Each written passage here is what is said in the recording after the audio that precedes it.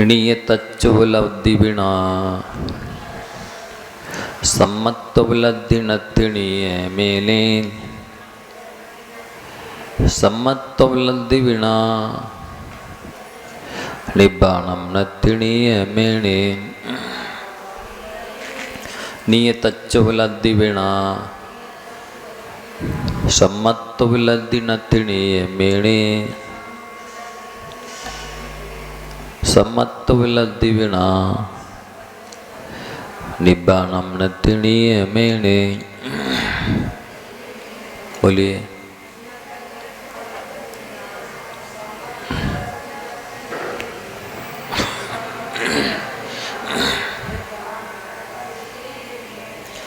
निज आत्म तत्व की उपलब्धि के बिना सम्यक दर्शन नहीं होता है और सम्यक की उपलब्धि के बिना निर्वाण की अर्थात मोक्ष की प्राप्ति नहीं होती है। तो आप ये नहीं समझ लें कि जैसे सिद्धों को आत्म उपलब्धि हो गई है ऐसे ही चौथे गुण स्थान में हो जाएगी। चौथे गुण स्थान में सिद्धों जैसी आत्मा की उपलब्धि नहीं होगी। चौथे गुण स्थान में तो श्रद्धांत रूप से आत्मा की उपलब्धि होगी। आत्मा का वेदन संवेदन बहुत दुर्लभ चीज है। इसका अनुभव तो योगियों को होता है, गृहस्थों को आत्मा का अनुभव नहीं होता। आप गृहस्थ जैसे ही आँख बंद करके बैठते हैं वैसे ही विषय कषाय घूमने लगते हैं। रुक जाओ, ध्यान देना। जैसे ही गृहस्थ आत्मा आँख बंद करके और आत्मा का वेदन संवेदन अनुभव करना चाहता है कि बस दुनियादारी रिश्तेदारी सब दुकानदारी ये सब घूमता है। कहते हैं लोग कि आत्मानुभव करो, आत्मानुभव करो। आत्मा का अनुभव वर्तमान में जो दशा होगी उसी का तो अनुभव होगा। जब शुद्ध दशा है, संसारी दशा है, रागी देशी कामी क्रोधी की अवस्था है तो उसी का वेदन होगा। शुद्ध आत्मा का अनुभव कैसे हो जाएगा? शुद्ध आत्मा होएगी तो उसका अनुभव होगा। हाँ, श्रद्धानात्मक तो हो सकता है कि मेरी आत्मा सिद्धों के समान है, अरहंतों के समान है, मैं शरीरातीत हूँ, मैं निर्विकल्प निराकार हूँ, मैं अतीन्द्रिय हूँ, आरोपी हूँ, ऐसा शास्त्र में लिखा है तो आप भावना तो भा सकते हैं,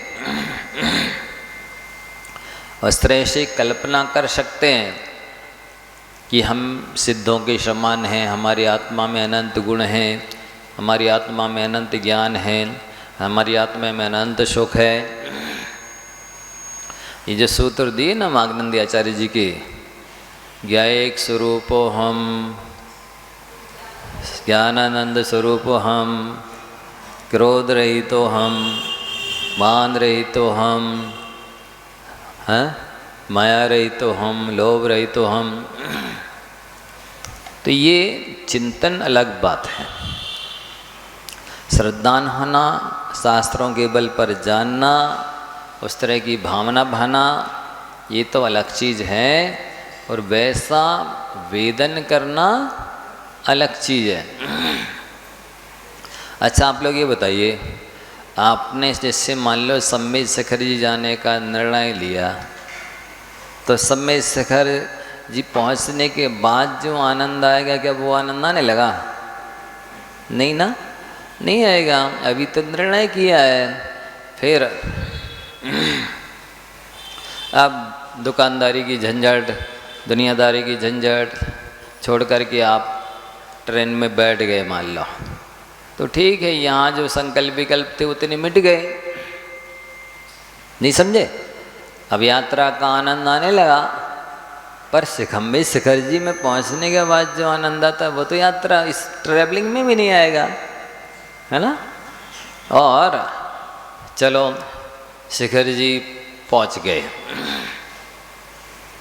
लेकिन वो आनंद थोड़ी आएगा जो ऊपर पहाड़ पे जा कर के आप थोड़ी देर के लिए पूजा पाठ करके ध्यान करने बैठेंगे, वैसा आनंद सम्मी शिखर पहुंचते ही थोड़े आने लगेगा।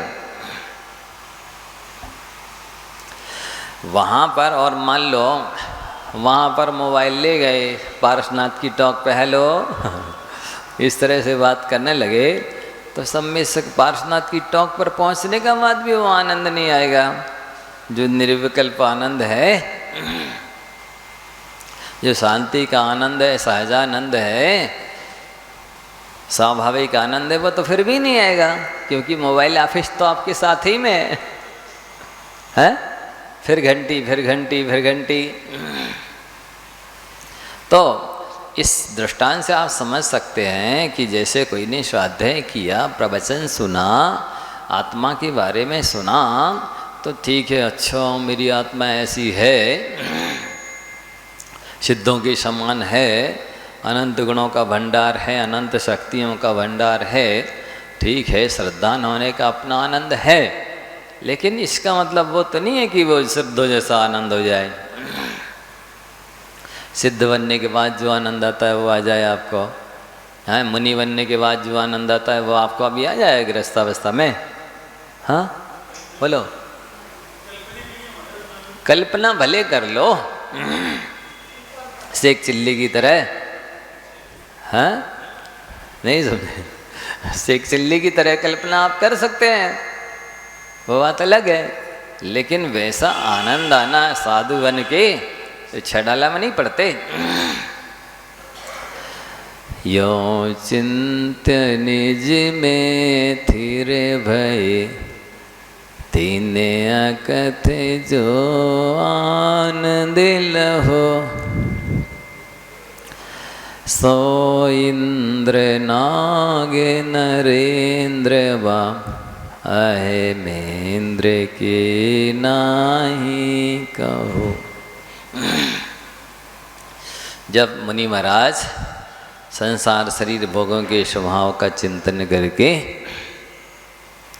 सब तरह की संकल्प विकल्प छोड़ करके ध्यान में लीन होते हैं, और फिर उनको जो आनंद आता है वो आनंद तो ना इंद्र के पास है, ना हेमेंद्र के पास है, ना धर्मेंद्र के पास है, ना चक्रवर्ती के पास है।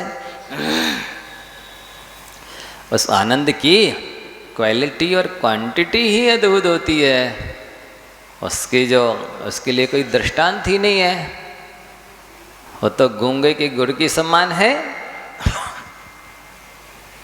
किसी गूंगे व्यक्ति ने गुड़ खाया, क्यों कैसा लग रहा है, तो सिर तो हिलाएगा, अच्छा लग रहा है, पर बोल थोड़ी पाएगा। इसी तरह से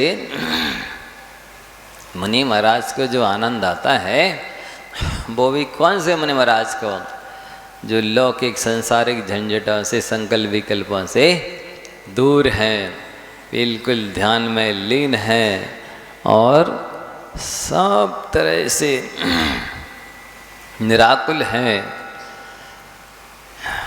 बिल्कुल आत्मा परमात्मा के स्वरूप में ही लीन है। उनको जो आनंद आता है उसकी तो आप कल्पना भी नहीं कर सकते हैं। कैसा अतीन्द्रिय आनंद आता है, कैसा निराकुल आनंद आता है, कैसा सहज आनंद आता है, वो तो मुनि महाराज ही जानते हैं।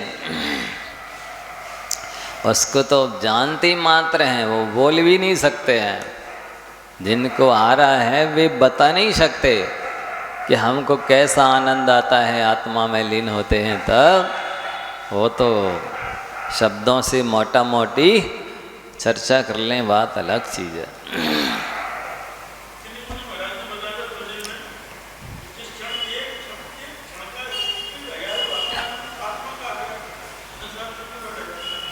हाँ बिल्कुल, अरे श्रद्धान करने मात्र से चिल्लू और रह जाता संसार। आत्मा के वेदन संवेदन अनुभव की बात तो और दूर की हो गई। जब केवल जैसा लिखा है शास्त्र में वैसा श्रद्धा करने मात्र से अनंत संसार समाप्त हो जाता है, चुल्क प्रमाणम का है। अर्ध पुद्गल परिवर्तन मात्र संसार रह जाता है श्रद्धा करने मात्र से, और वेदन संवेदन अनुभव की तो बात ही दूर है। जैसा पहले एक द्रव्य परिवर्तन करो, उसके 2 वेद करो, कर्म द्रव्य परिवर्तन और 9 कर्म द्रव्य परिवर्तन, फिर एक का आधा कर दो, कर्म द्रव्य परिवर्तन को आधा कर दो या 9 कर्म द्रव्य परिवर्तन को आधा कर दो, तो वो अर्ध पुद्गल परिवर्तन कहलाएगा। नहीं, वो तो पंच परावर्तन 2.5 परावर्तन कहलाएगा। पंच परावर्तन का आधा करोगे तो 2.5 परावर्तन कहलाएगा, वो अर्ध पुद्गल परावर्तन नहीं कहलाएगा। तो हम ये कह रहे थे कि जैसा शास्त्रों में लिखा है 6 द्रव्यों का स्वरूप, वैसा श्रद्धान करने मात्र से अनंत संसार समाप्त हो जाता है। अर्ध पुद्गल परिवर्तन रह जाता है, जो समुद्र की अपेक्षा चुल्लू बराबर है।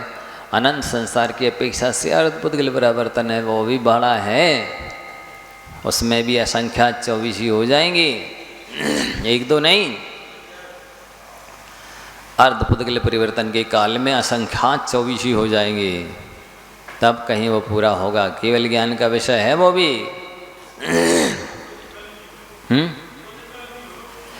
कभी भी हो, टाइम तो उतना ही लेगा, ऐसा है।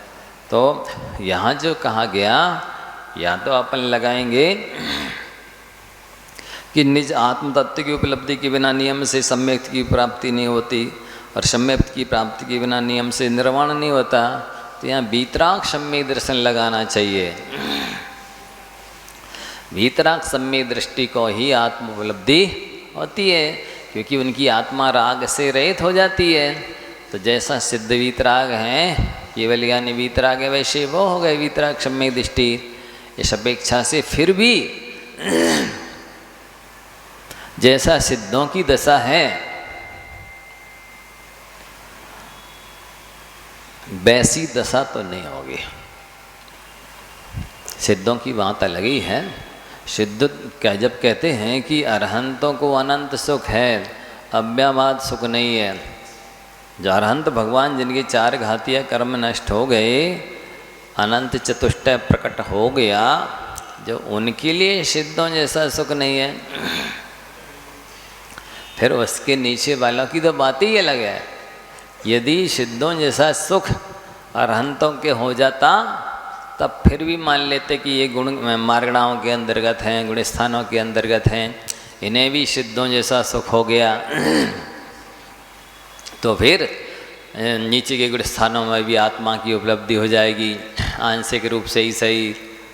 तो नहीं, आंशिक रूप से भी नहीं होती। उसकी जाति ही अलग है, उसकी क्वालिटी ही अलग है, उसका आंशिक वेदन नहीं होगा। हाँ, श्रद्धान के रूप में बढ़ता चला जाएगा, और कषायों के अभाव होने से निराकुलता बढ़ती चली जाएगी, वो अलग चीज़ है।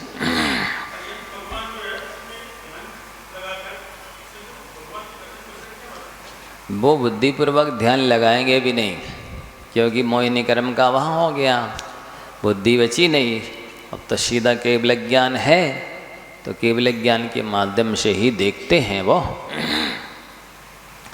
क्योंकि ध्यान की परिभाषा है उत्तम संगनन से एकाग्र चिंता निरोधो ध्यान मांतर मुहूर्तात्। तो केवल ज्ञान हो गया,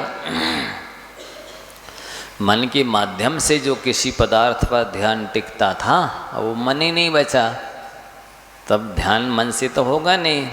अब तो वो उपचार से ध्यान माना जाता है, कर्मों की निर्जरा ध्यान से होती है, वहाँ पर भी कर्मों की निर्जरा हो रही, इसलिए मान लो ध्यान।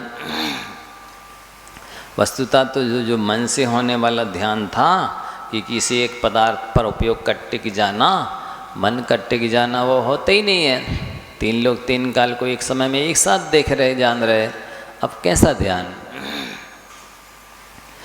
अब ध्यान नहीं होगा, अब तो केवल ज्ञान है, तीन लोक तीन काल को जानने वाला।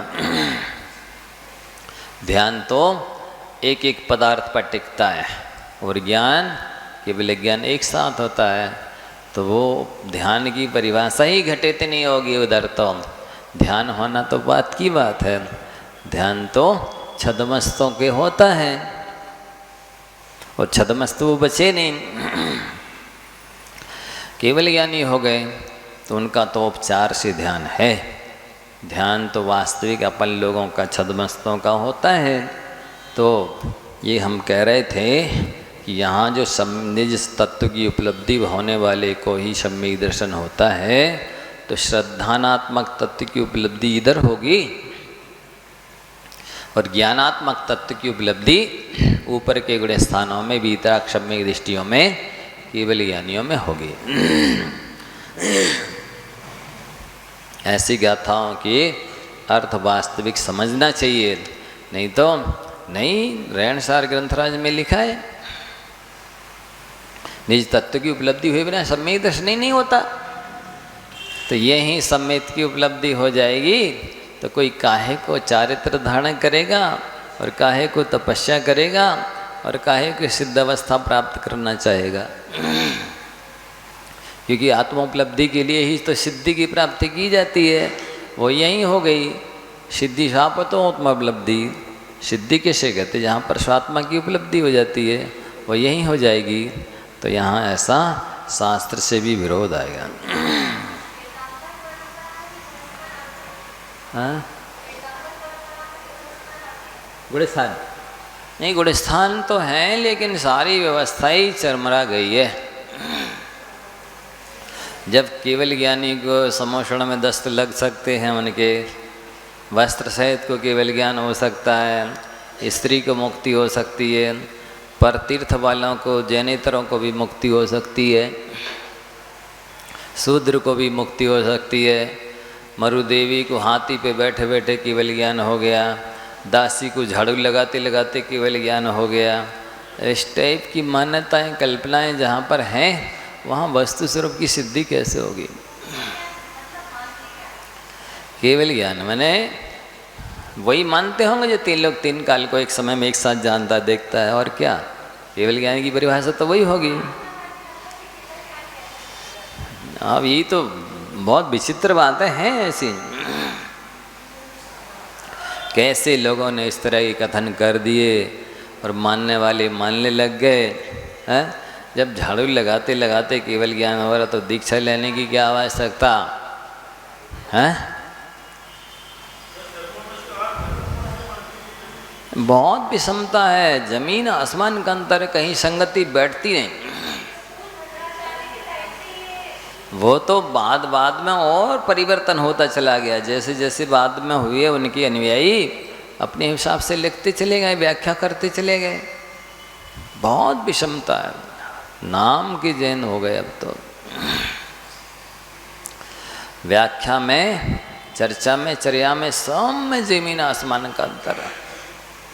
अब बताइए, वो लिखते हैं कि जिस साधु को वैयावृत्ति करना है वो साधु अनेक बार खा सकता है, जो साधु बीमार है वो अनेक बार खा सकता है, जो साधु बाल्यावस्था में वो अनेक बार खा सकता है। अब बचा कौन बताओ।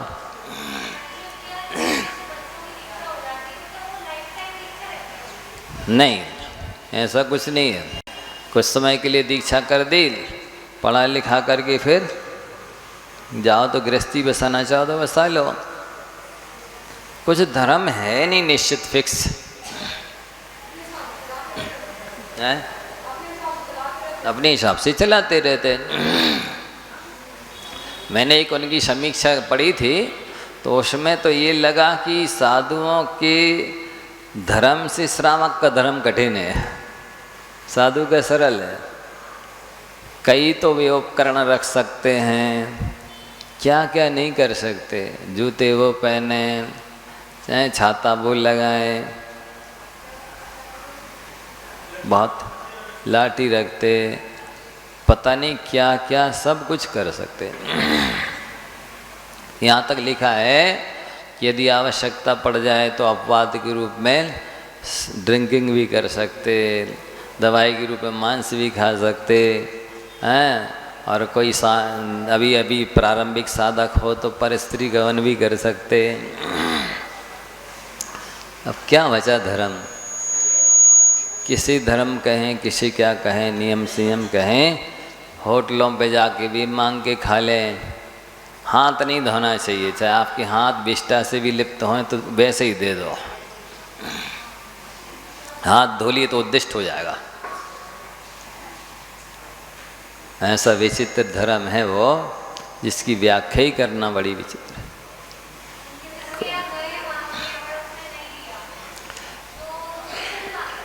दूसरे अनेक घरों में मांगो, और चाहे जिसके यहाँ मांगो, जैने के यहाँ मांगना भी जरूरी नहीं है। जब होटल पे मांग के खा सकते हैं, चाय पी सकते हैं,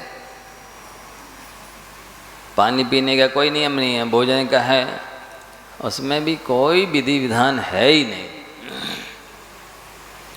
दिगंबर एक त्यागी की साधना, दो प्रतिमा वाले की साधना बहुत बड़ी हो जाएगी उनके साधु के सामने। साधु का कोई नियम संयम नहीं है, और कहलाते महामहोपाध्याय, महान सूरीश्वर,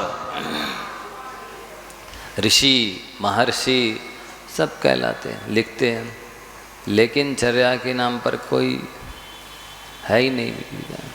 ऐसा कपड़ा लगाया, पानी पी लिया, क्या उद्देश्य इसका पता नहीं। उनमें भी अनेक भेद हैं, कोई मुंह पट्टी वाले हैं, कोई एक दंडी, कोई दो दंडी, तो त्रिदंडी, ऐसे हैं अनेक तरह के, बहुत मतांतर हैं। सभी जाति संप्रदायों में अनेक भेद फिरका ऐसे हो गए हैं, उपसंग। इस कलिकाल का अभिशाप है, पंचम काल का। इसमें कोई एक निश्चित मत नहीं रह गया। जैनों में ही है तो उनमें भी अपने अपने हिसाब से मान रहे। किसी ने एक महिला के कहने से उसने कहा हमको जाति स्मरण हो गया है, हम और ये दोनों विदेश क्षेत्र में थे, इन्होंने सीमंदर स्वामी की दिव्यति सुन रहे थे। सीमंदर स्वामी ने कहा है कि भविष्य में तीर्थंकर होंगे। लो, महिला के कहने से तीर्थंकर की मूर्ति बन गई, और जो भूतकाल में तीर्थंकर हुए हैं उनकी बराबरी से बैठ गई। क्या है ये सब? शास्त्र में कोई उल्लेख नहीं है, जाति स्मरण के आधार पर महिला के कहने के से और तीर्थंकरों की प्रतिमाएं विराजमान हो गई, पूजने लगी। उसमें से कुछ ने माना, कुछ ने नहीं माना, तो दो मत हो गए। दो नहीं, अनेक। तो सब अपने अपने हिसाब से ढंग से मान रहे। किसी को ये डर थोड़ी है कि भगवान की दिव्य ध्वनि का उल्लंघन ना हो जाए, उनकी आज्ञा का उल्लंघन ना हो जाए, शास्त्र के विरुद्ध कोई आचरण ना हो जाए, हैं? ऐसा है। वो अछेरे तो श्वेतांबरों में है, जिसमें बाधा आने की संभावना है, जिनका कोई उत्तर नहीं है, इसलिए कह दिया ये अछेरे हैं, इनको मत छेड़ो, इनको छेड़ो नहीं। और श्रावक को शास्त्र पढ़ने का अधिकार नहीं है, बस गुरु मुख से सुनो, वही आपको अधिकार है। वो जो भी सुना दे वही प्रमाण है, खुद नहीं पढ़ सकते। हाँ, हैं अनेक संप्रदाय, अपनी अपनी मान्यताएं हैं, अपनी अपनी व्याख्याएं हैं, सब चल रहे। किसी को कोई डर नहीं है कि हम भगवान की आज्ञा के कितने विरुद्ध चल रहे हैं कि अनुकूल चल रहे हैं। ये मिथ्यात्व है कि सम्यक्त्व है, इससे संसार घट रहा है कि बढ़ रहा है, इससे कोई मतलब नहीं है। इसलिए तो सम्यक दर्शन बहुत दुर्लभ हो गया है, बहुत दुर्लभ हो गया है, क्योंकि पूरी आज्ञा ही सर्वधार्य नहीं है। तीर्थंकरों की आज्ञा सर्वधार्य नहीं है, फिर गुरुओं की और बाकी लोगों की तो आज्ञा की बात ही दूर। तो यहाँ पर बार बार जो आचार्य महाराज कह रहे हैं कि निज तत्व की उपलब्धि करना है, इसका मतलब ये है कि इस संसारी प्राणी की अनादिकाल से शरीर में आत्मबुद्धि लगी हुई है। जो शरीर है सो आत्मा है, जो आत्मा है सो शरीर है। मतलब शरीर की जितनी ऐसी अवस्थाएं होती हैं, स्थितियां बनती हैं, वो मोही अज्ञानी जीव उन सबको आत्मा की स्थितियां मानता है। आत्मा से भिन्न कोई शरीर है या भिन्न से कोई आत्म तत्व है, बहुत मुश्किल है उसका अनुभव, चिंतन, मनन करना, श्रद्धान करना। इस हो नहीं पा रहा अनादिकाल से लेकर आज तक।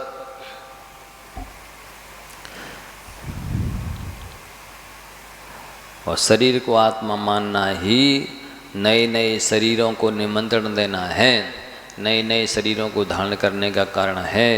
इसलिए शरीर को आत्मा मत मानो।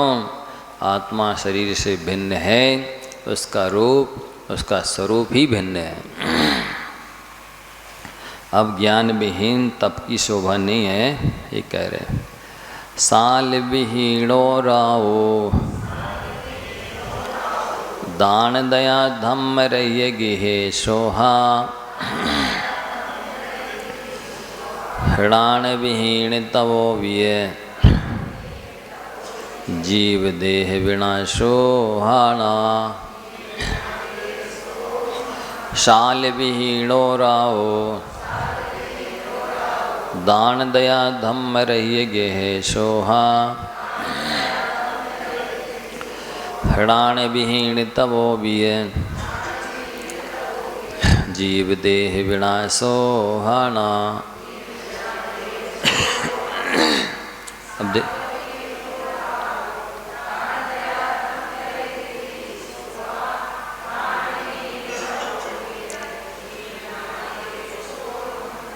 अब कह रहे हैं साल माने कोट कहलाता है। पहले के ज़माने में राजा लोगों के जो निवास स्थान होते थे, उसकी बाहर 3 परकोटे होते थे, जिन्हें साल कहते थे। बहुत ऊंची ऊंची दीवारें, जैसे चित्तौड़गढ़ में आदि कहीं कहीं अभी भी देखने को मिलती, बहुत मोटी मोटी पत्थर की साल कोट होते थे। उसमें बस केवल बंदूक पिस्तौल वगैरह डालने के लिए छोटे छोटे से खांचे होते थे। यहाँ अंदर से तो देख सकें कौन शत्रु कहाँ पर है और वार कर सकें, लेकिन उसका वार अपन को नहीं लगे और वो इधर चढ़ के नहीं आ सके अंदर, इस टाइप से होते थे। तो साल ना हो, कोट ना हो तो उस राजा की शोभा नहीं है, सुरक्षा भी नहीं है। शोभा और सुरक्षा तो परकोटों से है। इसी तरह गृहस्थ की शोभा दान दया धर्म इससे है।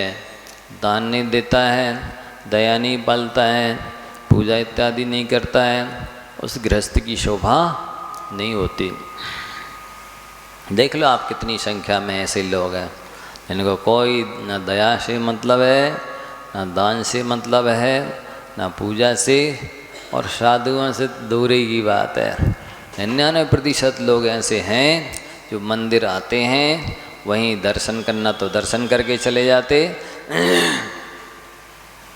अभिषेक पूजन करना तो अभिषेक पूजन करी और अपनी दुकान मकान ऑफिस में चले गए। गुरु महाराज के भी दर्शन करना हमारा कर्तव्य है, फर्ज है, उत्तरदायित्व है, धर्म है, समझते ही नहीं। 2 बजे आएंगे, बस भगवान को चावल चढ़ाए। हाँ, पुण्य भी नहीं है, ज्ञान भी नहीं है, पुरुषार्थ भी नहीं है, वैराग्य भी नहीं है, कुछ भी तो नहीं है। वही कह रहे पुण्य हो, पुरुषार्थ करें, ज्ञान यानी विवेक हो, वैराग्य हो तो वो आए। और समझते ही नहीं कि गुरु महाराज भी उतने ही पूज्य हैं, दर्शनीय वंदनीय हैं, सेवा पूजा आहार दान देना है, विवृत्ति करना है, समझते ही नहीं। बस 1 बजे 2 बजे आए, एक मुट्ठी चावल रखे। कई लोग तो ऐसे ही कर लेंगे खड़े खड़े, कोई ज़्यादा से ज़्यादा ढोक दे लेंगे, कोई और ज़्यादा होगा तो 9 बार जल्दी ऐसे कर लेंगे। ऐसे हैं जीवों की दशा। अब कौन आ रहा होता है महाराज के पास? महाराज के पास आएंगे तो वे पूछ ही लेंगे क्यों भी इतने बजे आए हैं? भगवान थोड़ी पूछेंगे कितने मज़े आए और रोज आ रहा है कि नहीं आ रहे, दर्शन किए, ढोक दिए कि नहीं दिए, एक आध माला फेरी है कि नहीं फेरी है, कोई नहीं पूछना भगवान को। इसलिए भगवान की दर्शन से भी ज़्यादा पुण्य का बंध साधु की दर्शन से होता है। दर्शन भगवान को जितनी पूजा द्रव्य चढ़ाते हो उससे ज़्यादा पुण्य साधु को चढ़ाने से होता है। क्यों होता? क्योंकि यहाँ तो आपकी जितनी श्रद्धा भक्ति उतनी पुण्य लगेगा, पर वहाँ जितनी श्रद्धा भक्ति है उससे पुण्य मिल जाएगा और महाराज की भी सद्भावनाएं शुभकामनाएं जुड़ जाएंगी ना आपके साथ, है आशीर्वाद जुड़ जाएगा ना, ये डबल उपलब्धि होती है। वहाँ भगवान की थोड़ी भावनाएं जुड़ना आपके साथ, आप ही अपनी जितनी भी शुद्धि बढ़ा लो, श्रद्धा भक्ति कर लो, सतना पुण्य पा लो। इधर तो आपने शहर भेंट श्रीफल भेंट किया महाराज को, तो आपके साथ उनकी आत्मीयता सद्भावना आशीर्वाद जुड़ जाएगा ना, कुछ आपकी श्रद्धा भक्ति कुछ महाराज की भावनाएं, तो डबल काम बनता है। ये अज्ञानी समझते नहीं है, अरे महाराज को क्या चढ़ाना है, भगवान ही को चढ़ा, जो भगवान ही बने ही गए वे तो, ये तो बनेंगे, बन रहे हैं, कितने बनेंगे, कब बनेंगे क्या पता, ऐसा मान के नहीं चढ़ाते, दिखा देते हैं। एक महाराज को दिखा दे गए, ऐसा रख गए, फिर गए दूसरे को ऐसे दिखाते चले गए, कहीं तो दिखाते ही तक नहीं, छुपा लेते हैं ऐसा कि हमें तो पूजा में विधान में चढ़ाना श्रीफल, महाराज को थोड़ी चढ़ाना है। तो ऐसे अनेक प्रकार के जीव होते हैं, वे सब देखने में, सुनने में, अनुभव करने में आते हैं। तो दया धर्म से रहित, दान दया और धर्म इससे रहित गृहस्थ की शोभा नहीं है। ऐसे 99% लोग हैं जिनको कोई पता ही नहीं, मालूम ही नहीं है। हाँ, हो सकता है इतना कान में शब्द पड़ गया हो कि चतुर्मास हो रहा है, लेकिन अभी तक का उनके भाग्य में दर्शन ही नहीं हुए होंगे। कभी कहीं जा रहे हों, एक आध झलक पड़ गई हो तो पड़ गई हो। एक महिला आई तो किसी दूसरी महिला बोली 10-10 क्लासें चल रही हैं, आप नहीं आ रही? कि हाँ सुनी तो थी।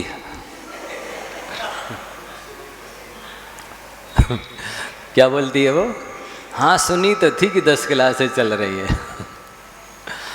ऐसे ऐसे लोग भी हैं, तब क्या करोगे?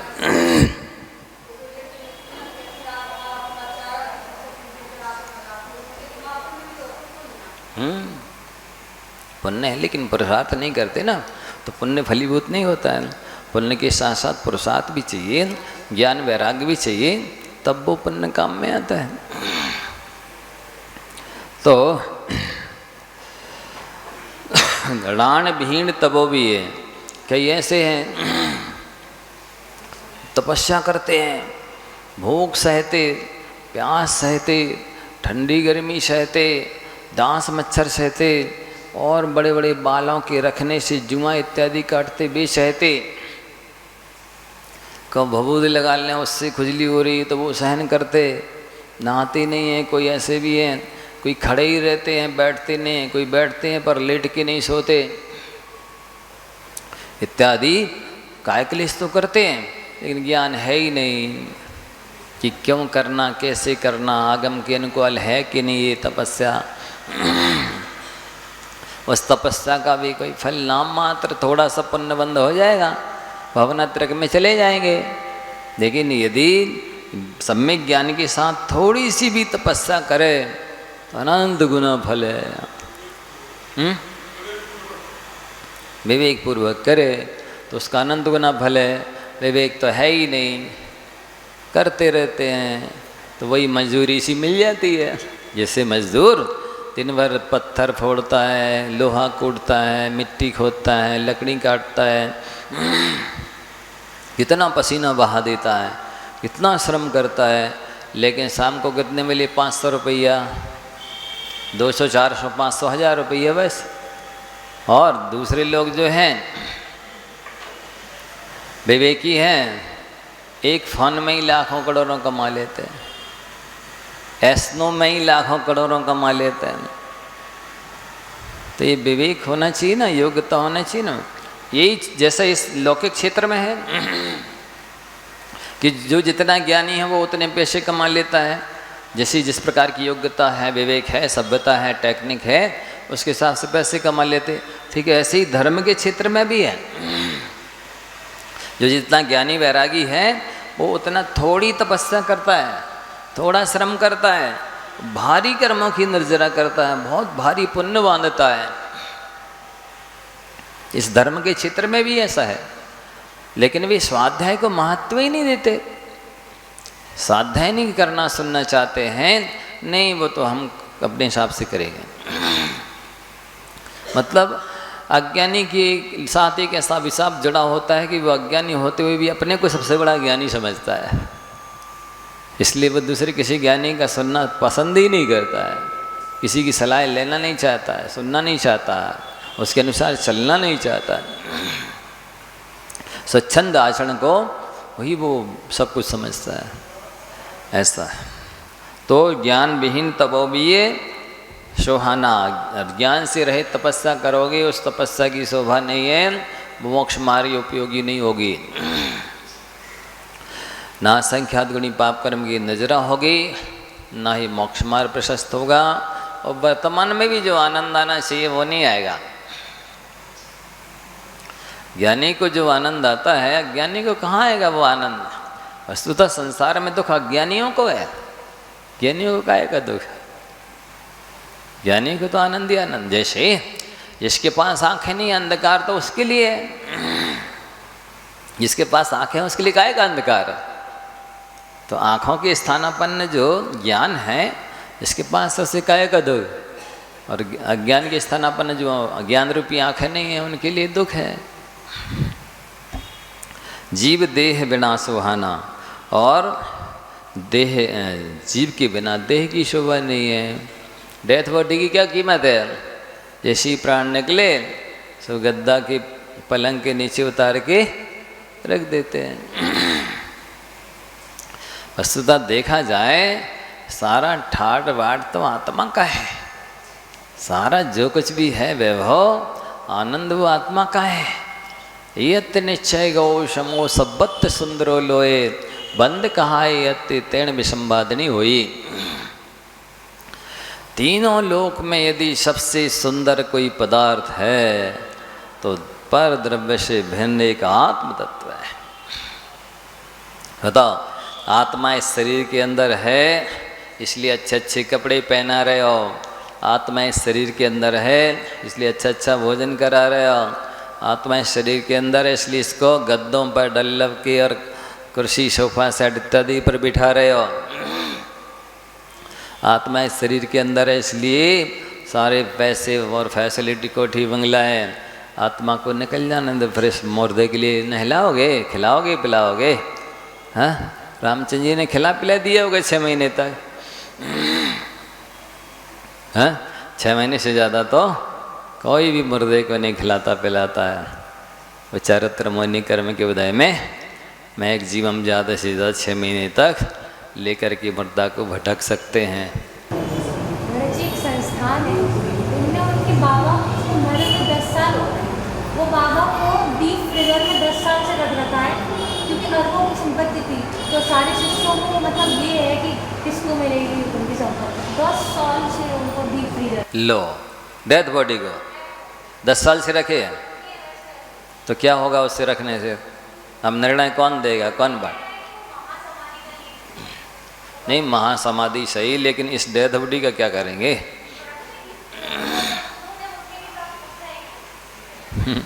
इस टाइप से अज्ञान चलता है लोगों का। नहीं, वो हमारा कहने का तात्पर्य था डेथ बॉडी 6 महीने से ज़्यादा नहीं ले सकते।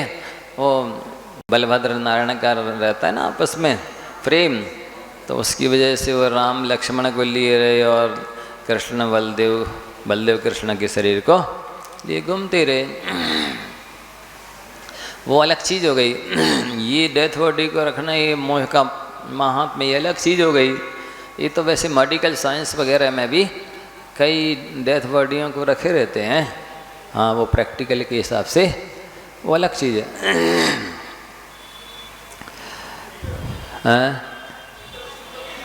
सूतक ही नहीं जाना, हमेशा परमानेंट सूतक लगा है। डेढ़ बड़ी के रखे हुए हैं, पशु तक तो है ही, महामोह तो है ही, महान अनंत अनुबंधी संबंधी अज्ञान मिथ्यात, ये सब मोह की महिमा विडम्बना है। तो यहाँ पर कहा गया है कि जिन गृहस्थों के पास दया दान धर्म नहीं है, ये वस्तुतः गृहस्थ नहीं है, तो संसारी हैं, अज्ञानी हैं, मोही मिथ्या दृष्टि हैं, दीर्घ संसारी है। ऐसा है, इसीलिए कहा है कोटि जन्म तप तपे ज्ञान विन कर्म झरे जे, ज्ञानी के छिन्माई त्रिगुप्ति तय सहज टरेते। अज्ञानी अज्ञान के साथ करोड़ों वर्षों तक, वर्षों नहीं जन्मों तक, कोटि जन्म, करोड़ों जन्म, करोड़ों पर्यायों में तपस्या करें, एक एक कोटि वर्ष पूर्व के भी जन्म हो गए तो भी उतनी निर्जरा नहीं कर पाएंगे जितनी निर्जरा को ज्ञानी मन वचन काया को वश में करके एक क्षण में कर लेते हैं। क्या ज्ञानी, अहो नानस्य महात्म्यम ज्ञानी ना केन वर्णते, अज्ञानी बद्धते यत्र ज्ञानी तत्रैव मुच्यते। ज्ञान की महिमा किसके द्वारा कही जा सकती है? ज्ञान का महात्म वचनातीत है कि अज्ञानी जिसे निमित्त बना करके कर्मों का बंध करता, ज्ञानी उसी पदार्थ को, उसी द्रव्य को निमित्त बना करके कर्मों की निर्जरा कर लेता है। ये दृष्टिकोण कैसा बदल जाता है ज्ञानी का। इसलिए आप सबको स्वाध्याय अवश्य गहराई से चारों अनेकों का करना चाहिए, इसी से मानव पर्याय सफल होने वाली है। जा वाणी के ज्ञान ते